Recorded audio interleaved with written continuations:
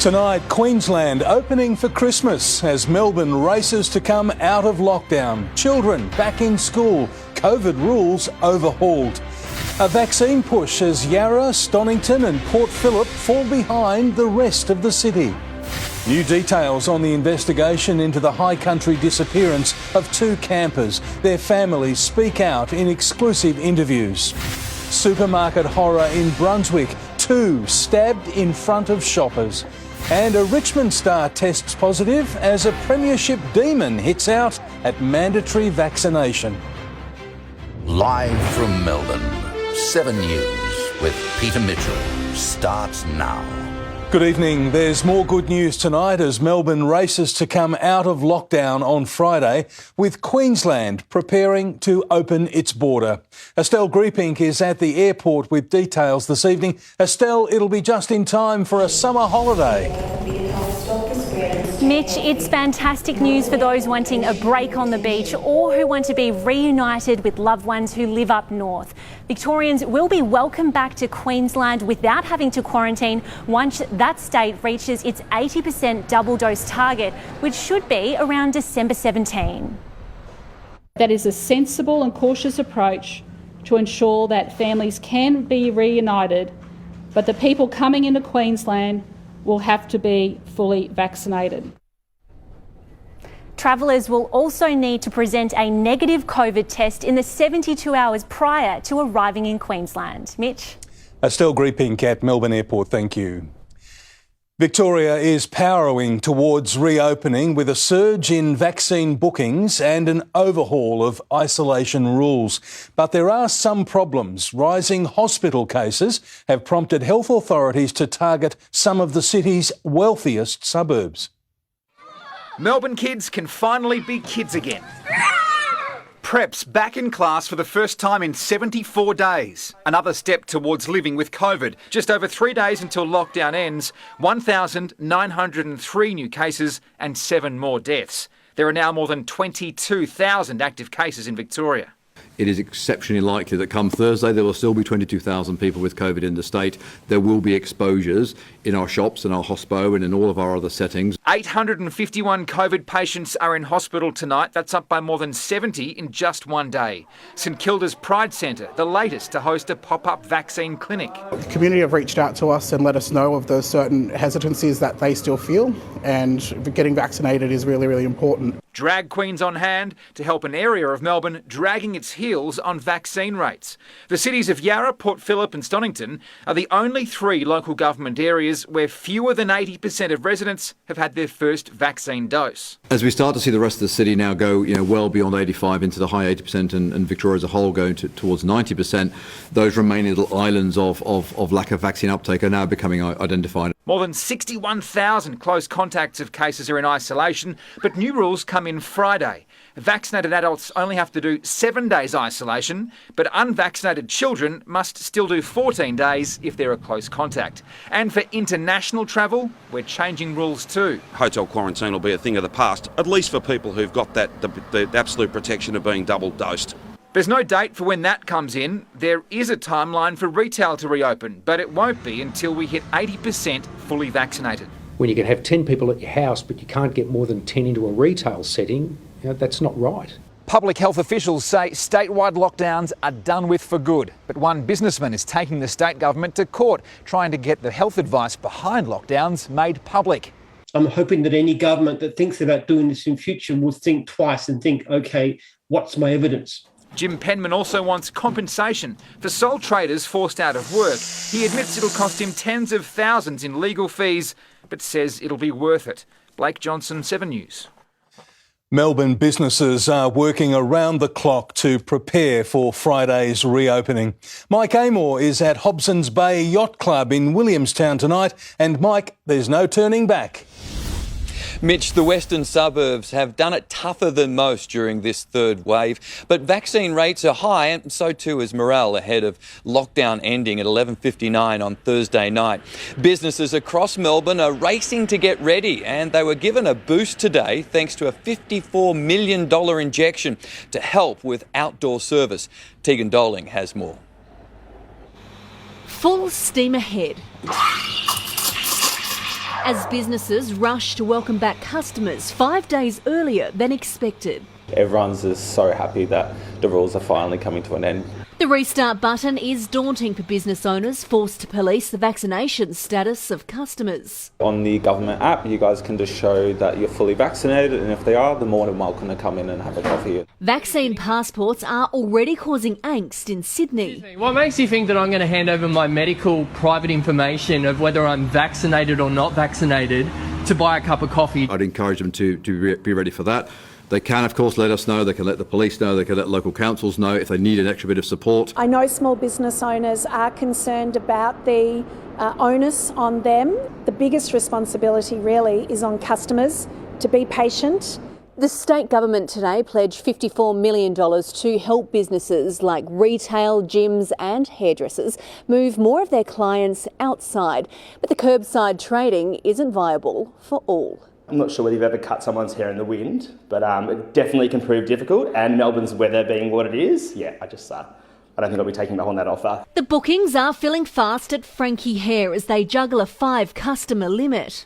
It pretty much halves our capacity, so it's going to be hard to, with the backlog of clients, trying to then find the time, there's only so many hours in a day, to be able to fit them in. Question marks are also being raised on why retail can't open. Retailers really can't retail on their footpath, let alone a number of other businesses. The clear health advice was that if we tried to do everything that's been foreshadowed, which includes things like retail, all at once at 70%, well then to Koshi's earlier question about the health system coping, it simply wouldn't. We really want to see things more accelerated, like the new Premier of New South Wales is doing. We now call him in small business the accelerator. We'd like to see some more acceleration in Victoria. The foot firmly on the pedal for business owners with 3 days left to prepare. We're happy to have the space to be able to trade outdoors and get bums on seats and pour pints for people. Tegan Dolling, 7 News. Now let's take a look at the state of play in Victoria after 1,903 new COVID cases and 7 more deaths. 88.5% of Victorians aged 16 and over have had their first vaccine dose. 66.7% are now fully vaccinated. We're now set to hit the 70% double dose mark on Friday, just hours after lockdown ends. And we're due to hit the 80% double vax milestone on Halloween, October the 31st. Melbourne primary school students have started the staggered return to the classroom. Thousands were finally reunited with friends and teachers this morning after more than 70 days learning from home. These Garden Vale primary preps are marking today a 100 out of 10. I'm excited about just seeing my friends and playing with my friends and seeing my teacher and doing my schoolwork.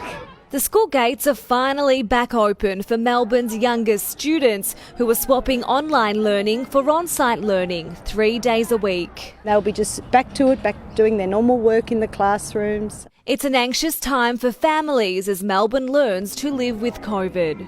So much excitement, so many tears and just like a bit nervous. There's some anxiety about it as well with, the level of cases in the community. The sudden change in routine can be difficult, but parents are urged to be patient. A lot of it comes down to controlling what you can control. People have probably established lockdown routines and they're well entrenched at the moment, and so now it's time to adjust and set new routines. Schools are recommending masks in the classroom, but they're only compulsory for students in grade 3 and above. I think lost properties could be overflowing with masks for a little while, but look, we've put some strategies in place to try and minimise that. The focus is going to be very much on settling our children back into class, rebuilding those friendships, enjoying being back at school.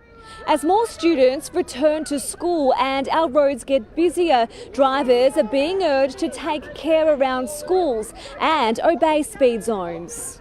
Very clearly, around schools, it's 40 kilometres for a reason. Children in years 5, 6, 7, 10 and 11 all return to school on Friday. Sarah Jones, 7 News. Police are closing in on solving one of Victoria's biggest mysteries, the disappearance of 2 campers in the high country. Cassie Zervos has exclusive new details, and Cassie, detectives believe their bodies are somewhere in the Wonnangatta Valley. They do, Mitch. Russell Hill and Carol Clay vanished 19 months ago. Detectives believe they were killed. Russell's missing drone was initially the only clue. Tonight, their families speak publicly for the first time. Russell Hill and Carol Clay vanished on a camping trip 577 days ago. Now police believe they're close to solving the mystery. Do you think those involved might be thinking, oh, it's been so long, I've gotten away with this? What would be your message to them if they're thinking that? Be uncomfortable. Very uncomfortable. Yeah. We will leave no stone unturned till we get a result. For the first time, Russell Hill and Carol Clay's families are speaking about the agony of not knowing what happened. I think a memory that just keeps popping in my mind. It's the last time we saw him at my daughter's birthday.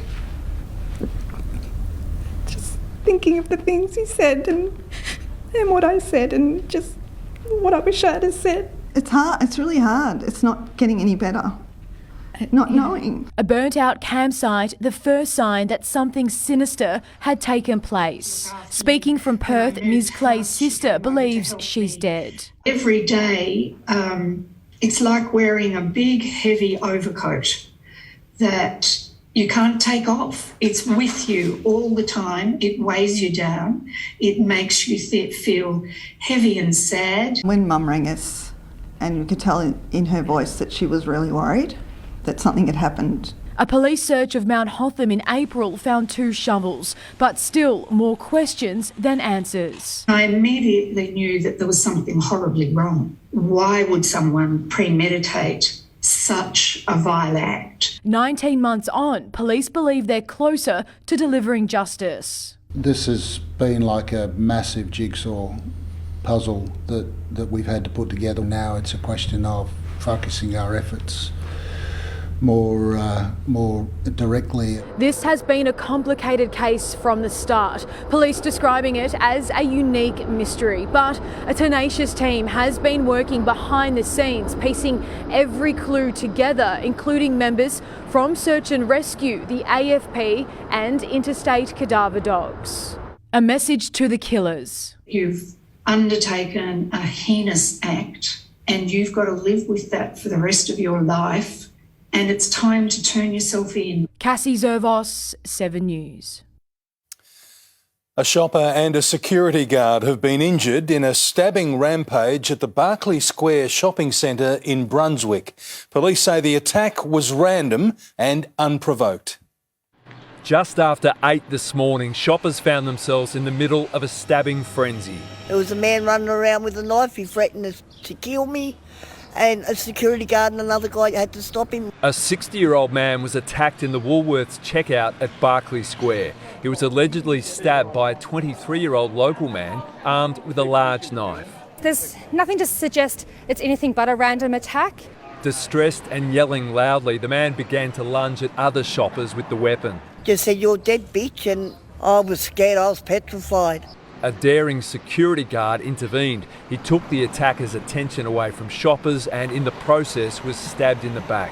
He's obviously been very brave by trying to intervene and prevent any further incident from occurring. Bleeding heavily from self-inflicted wounds to a hand and his stomach, the man refused to listen to the critical incident response team. They told him to drop the weapon, but no. So they capsicum sprayed him and that didn't work. He was then hit with taser darts, which put an end to the terrifying stabbing spree. The attacker and his 2 victims were all taken to hospital. And Cameron Bowe joins us now from Fitzroy. Cameron, 2 people are still in hospital.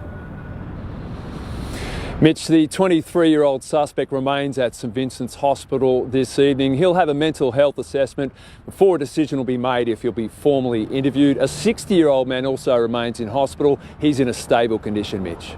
Cameron Bowe at Fitzroy, thank you. The Prime Minister says he'll take a policy of net zero emissions to Glasgow with or without the full support of the Nationals. Scott Morrison says the final decision will be made within Cabinet if the coalition can't agree on the final plan. A close call for a climate protester outside Parliament trying to intercept Scott Morrison's car as time is running out for Barnaby Joyce and the Nationals. It's not a case of holding anybody to ransom or anything like that. A second Nationals party room meeting in 2 days, but still no agreement. I believe we do need to move towards net zero emissions. I felt after the meeting yesterday that I was being asked to marry a girl that I hadn't met. Scott Morrison getting the support of the Liberal party room and making clear the final decision won't be made by the Nationals, but will be made by the government in Cabinet, Mr Speaker, in Cabinet. That's where it will be made. Confident he will take a firm commitment to net zero emissions by 2050 to the Glasgow Climate Summit in 2 weeks. But in a major concession to the Nationals won't increase Australia's 2030 emissions reduction target, claiming if the government did, you will force choices that cost jobs. Scott Morrison also told the Liberal party room that not signing up to net zero risked drawing down capital with America. In other words, disappointing the Biden administration at a time when Australia's building up the US alliance. I don't know when we became the 51st state of the United States. This is a government that's frozen in time while the world warms around it. Mark Riley, 7 News. Richmond players are in isolation tonight. Tim Watson, an AFLW star, has tested positive to COVID. That's right, Mitch. New rapid testing picked up the case that sent a scare through Punt Road. Mitch Cleary is following the story. Mitch, dozens of players have been impacted. Tim, Richmond's AFLW program is tonight in shutdown after a player tested positive to COVID-19 over the weekend. The rapid antigen testing notified officials before the standard COVID test confirmed the outcome. All players and staff received at least one COVID vaccination, but have been told to stay away from the club for at least a week. Meantime, vaccines have been a strong topic around the entire competition, with the Premiership Demon sharing his views today. I think it's ethically wrong to force people into a medical procedure, I guess. I think we were on track. We would have got 90% as a state anyway, and I don't see why we needed to cause such sort of issues in division by forcing people in many jobs where it's probably not as necessary. That's why you get vaccinated, you protect yourself. I don't understand why we need to force other players to. Later in sport, we'll have more from the Demons as they make a surprise return to pre-season training, led by their star Norm Smith medalist. Tim? Thanks, Mitch. Also coming up, the Melbourne Cup favourite hit by the handicapper, and Ben Simmons dragged kicking and screaming back to Philly, Peter. OK, thank you very much, Tim. We'll see you a bit later on. Labor is facing damning new claims in a corruption probe. Next, a former party member points the finger. Also, the New South Wales Premier reveals surprise baby news. A star-studded green gala as William and Kate go all out for the environment. The weather's warming up. Jane Bunn has the details live from Williamstown. And later, how the pandemic inspired an IVF boom.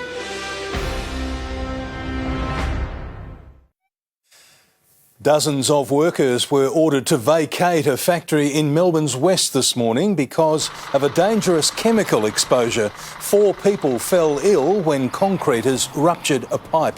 Hazmat technicians have been at the Boundary Road site to investigate the substance. A second Labor MP has been accused of branch stacking at an anti-corruption hearing. It comes as a mayor in Melbourne's north admitted paying for memberships to impress failed power broker Adam Somyurek. Rick Garotti joined the Labor Party 2 decades ago with aspirations of rising through the ranks. When did you first encounter branch stacking? I was aware of that from when I first joined. And he claims there was an expectation to get involved. It's just part of a culture and part of a series of conversations that you just have as you're involved in the factional process of the party.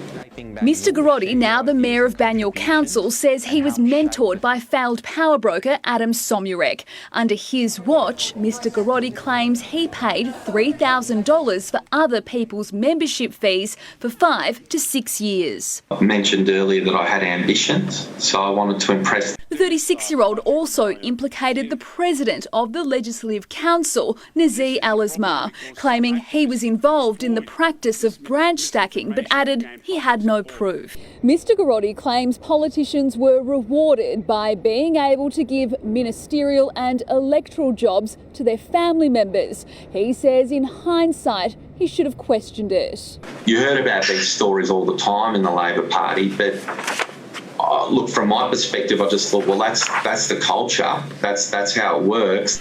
Chanel Vella, 7 News.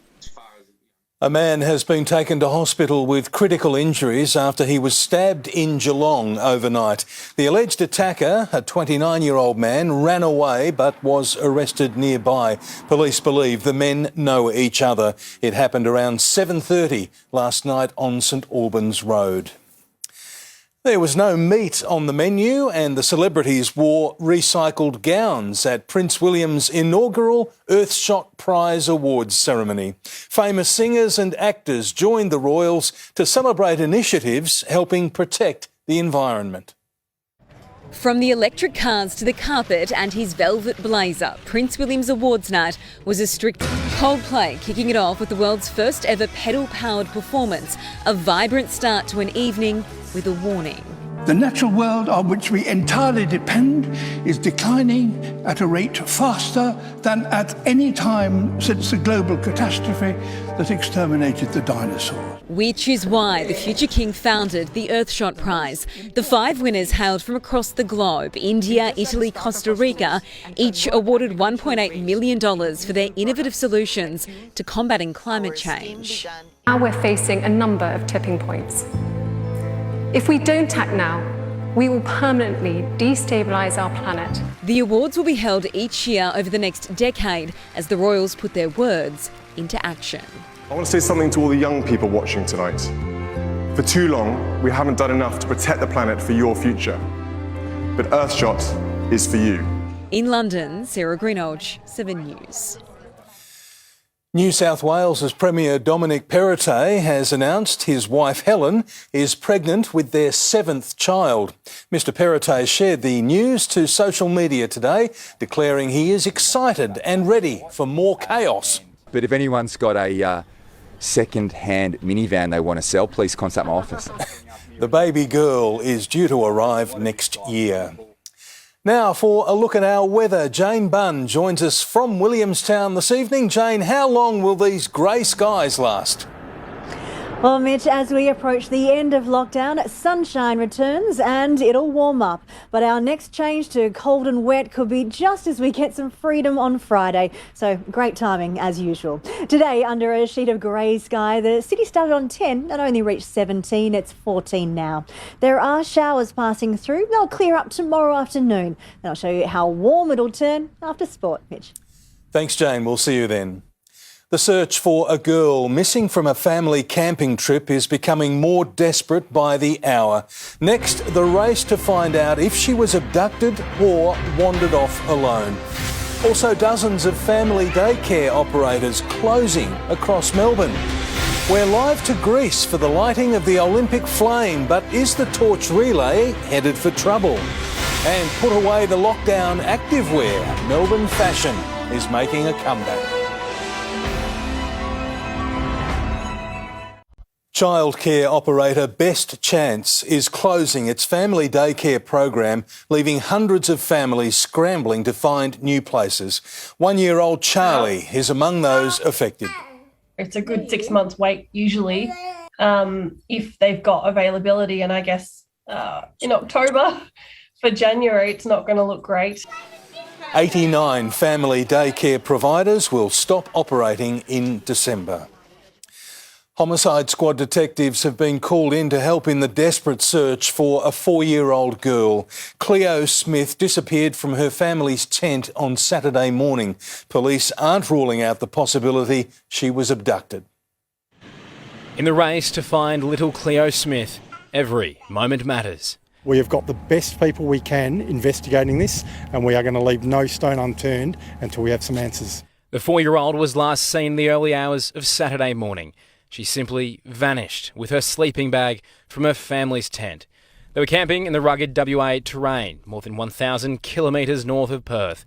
Detectives, including the homicide squad, have dissected the campground and painstakingly searched each car before clearing them out. There's a lot of hope, but at the same time there's some real deep sadness as the time goes by. On day 3, the marine search has ended as desperation reaches new heights. Coral Coast Helicopters donating $1,100 an hour running costs to aid police and SES volunteers. We're just hoping and praying and trying to remain positive that Cleo's going to come back. It's normally tourists who trek across this terrain, but for the third day it's been volunteers checking and rechecking for any sign of little Cleo up here or down below where waves crash against the cliffs. Racing the clock, retracing their steps, hoping to find hers. Ben Downey, 7 News. Digital COVID vaccine certificates for overseas travel can be downloaded through Medicare or MyGov from tomorrow. Personal QR codes will be assigned, allowing fully immunised people to travel outside of Australia once international borders reopen. The certificate identifies you've been vaccinated. That way you won't be caught short overseas. The technology can be used across 145 countries. New video has been released showing former New South Wales Premier Gladys Berejiklian being grilled by lawyers at a corruption hearing.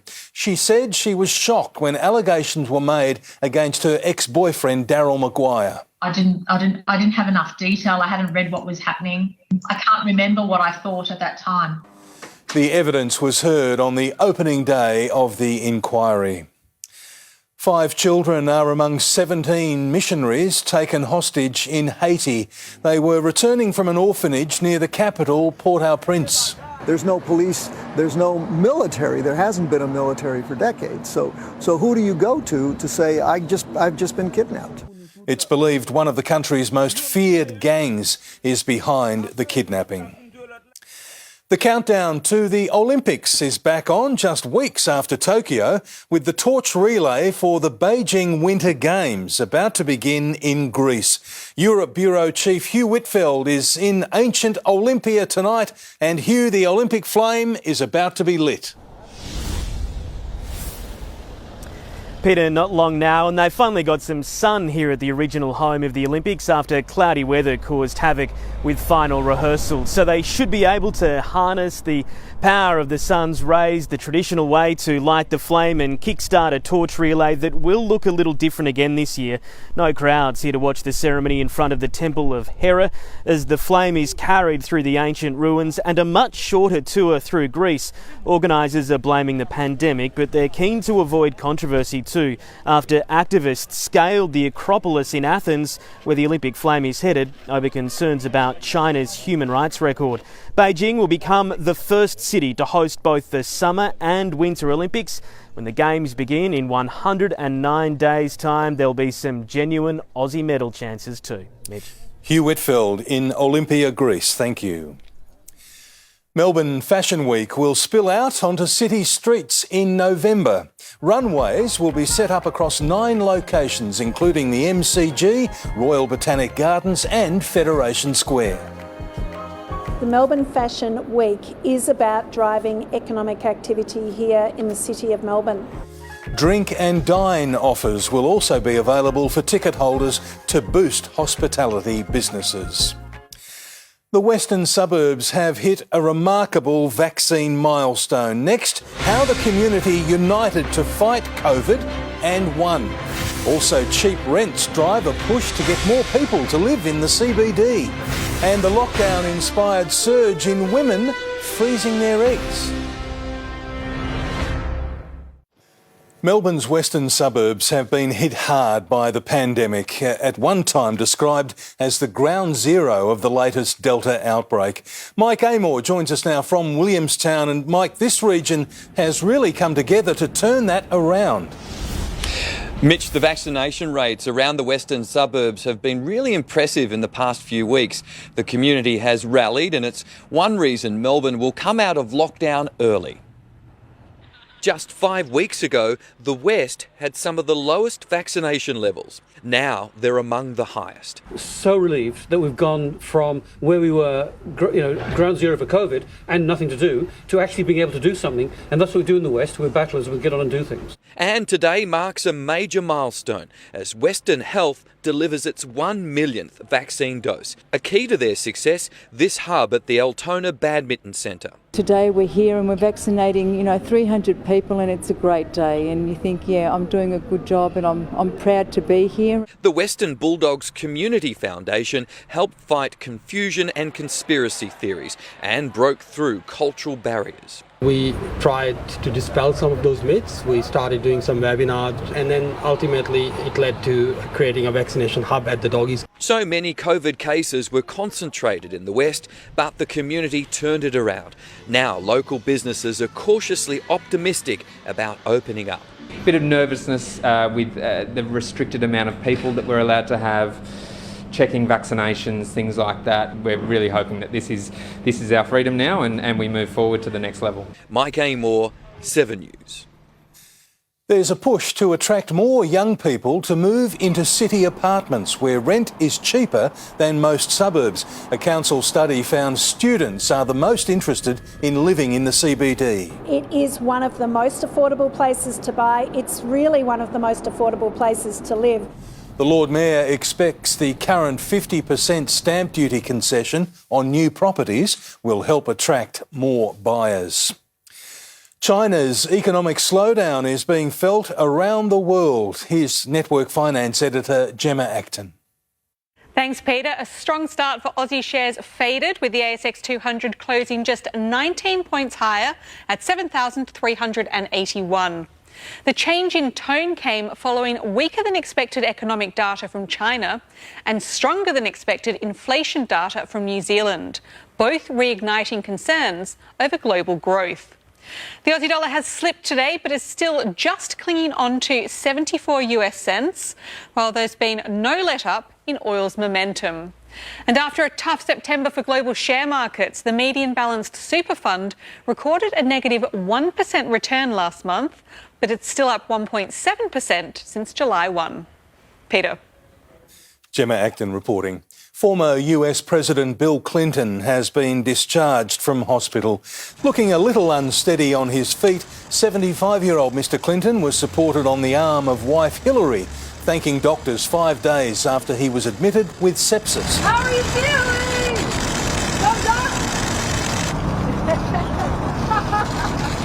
Doctors say they will continue to monitor his recovery. Seven's telethon in Perth, raising money for sick children, has toppled records for the 12th year in a row. $62 million was donated over the weekend. More than $400 million has been raised over the course of the event's 54-year history. Fertility clinics are reporting a massive increase in the number of women choosing to freeze their eggs. The pandemic has made many Australians reconsider their lives and plan for the future. At 33, Brittany Hockley was unsure if a family was in her future, but sure she wanted the option, she chose to freeze her eggs. And realised that, do you know what, I do unfortunately have a body clock. Statistics could be against me. The number of women freezing their eggs has soared 40% during the pandemic, according to fertility specialist Janaea. In COVID times, as people are finding that it's harder to find a partner. Overall, the technology is becoming more efficient and successful. A study by the University of New South Wales found the rate of live births from frozen embryos had soared from 20% in 2010 to 30% in 2019, overtaking births from fresh embryos. While success rates are traditionally lower for those aged over 35, they too have been improving. Vast majority of women coming to me for Janaea Horizon egg freezing would be women in their 35s to 39 age group. Egg freezing isn't cheap. It costs around $4,000 for the first cycle, plus medication, surgery and annual storage fees, with women often opting for a second, sometimes even a third retrieval. And while it offers no guarantee of a successful pregnancy, patients say what it does provide is peace of mind. It was giving myself an option for later in life. Amber Laidler, 7 News. Sport is next with Tim Watson, and Tim Jordan De Goey has made a big off-season move. Mitch, it involves his contract at the Magpies. We're live with exclusive details next. Also, there's no mucking around at the Demons. Back on the track after their premiership glory. Why Incentivise will have to defy history if he's to win the Melbourne Cup. An Aussie warning at the T20 World Cup as the newcomers are belted in the tournament opener. And the Cowboys stun the Patriots in an NFL thriller.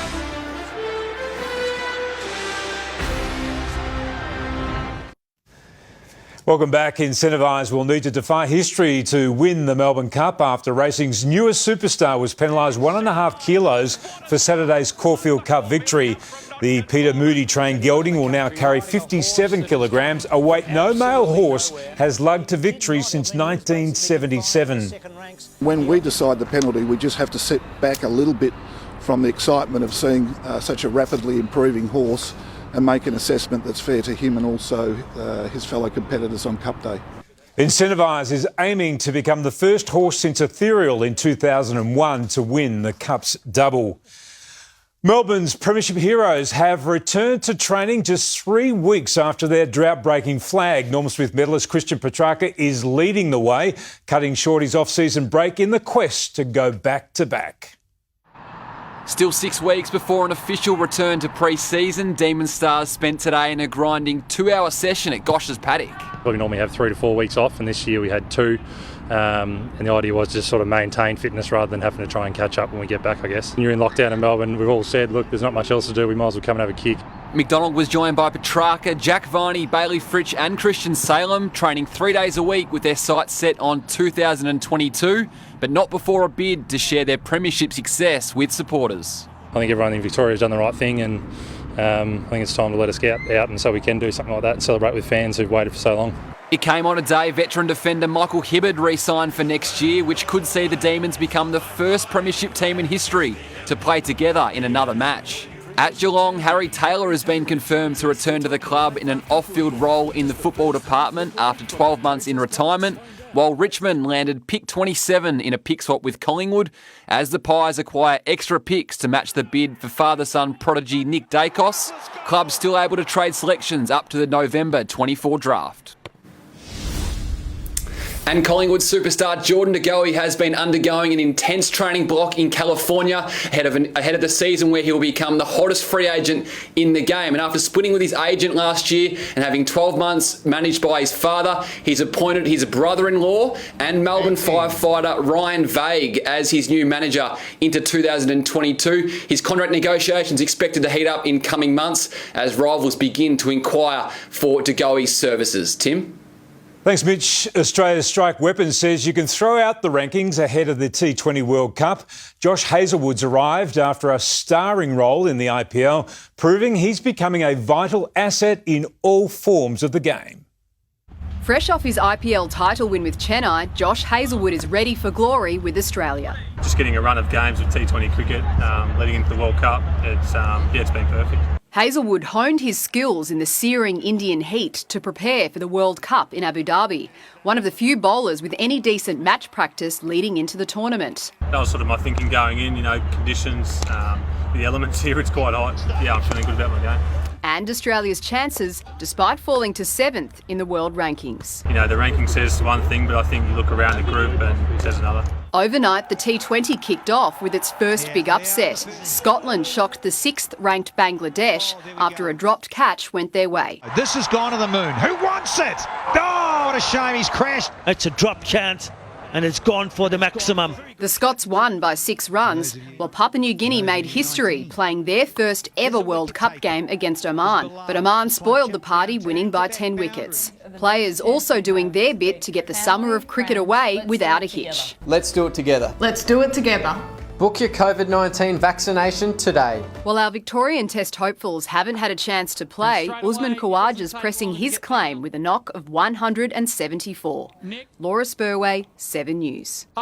Ben Simmons is officially back at the 76ers, with the Aussie star suiting up for his first practice session with the team since trying to leave Philadelphia. The vibe was what it was, right? Like, was it perfect? No.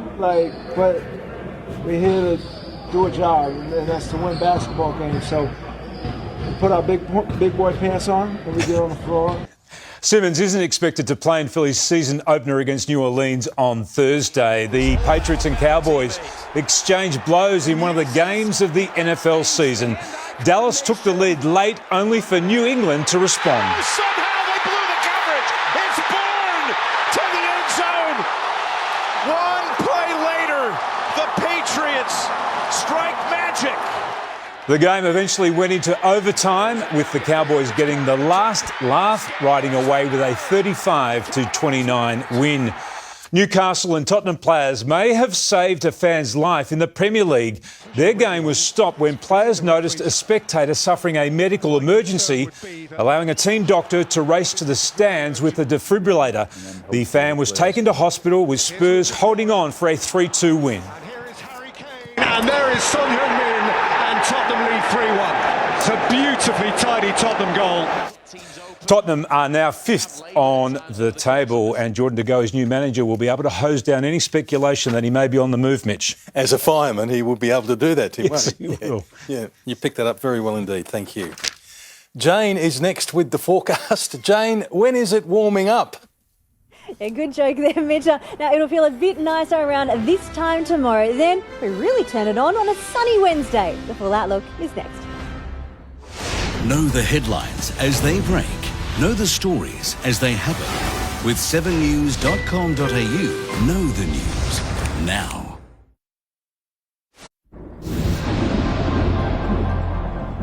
Hello again on a mostly cloudy Monday. There's warmth and sunshine on the way. That is due here midweek. The city began the day on 10. It only reached 17 under the clouds. Now it is down to 13. In Victoria, we have a lot of cloud overhead, but underneath it is generally just light, patchy rain. That increased a little in the northeast this afternoon, with the odd thunderstorm in there too. One of those brought 11 millimetres to Albury.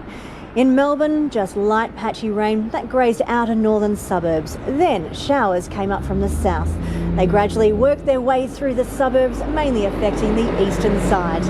There is a very active trough over Queensland, producing lots of wet weather, but our trough isn't doing quite as much. That is followed by a cold front just clipping us and quickly moving out to our east tomorrow. Then the next high moves through.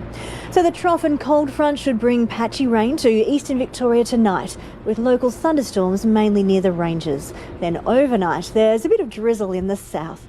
Then as the high comes in tomorrow morning, there is a push of showers across the south, mainly in Gippsland. But once all of that is done, the high provides pleasant weather. That'll start tomorrow afternoon. We'll have a stretch of warmer conditions with lots of sunshine. Around the nation tomorrow, Brisbane has the risk of a shower or thunderstorm. Sydney shower in the afternoon and evening with the risk of thunderstorms in the west. Adelaide is lovely, and that's a sign of what's coming our way midweek. Perth has heavy rain, storms, gusty winds, and that's a sign of what comes here just after the lockdown ends. To Victoria, the north has areas of fog, then a sunny day. Winds are southeasterly, so Gippsland is wet. Widespread showers all day, lasting into the evening. While the southwest of the state, cloudy, just patches of drizzle, as both the cloud and wet weather ease there during the afternoon. Closer in, it is a fairly grey morning with drizzly showers passing through. They'll be most frequent in western suburbs, like here in Williamstown. It turns dry during the afternoon with pockets of sunshine.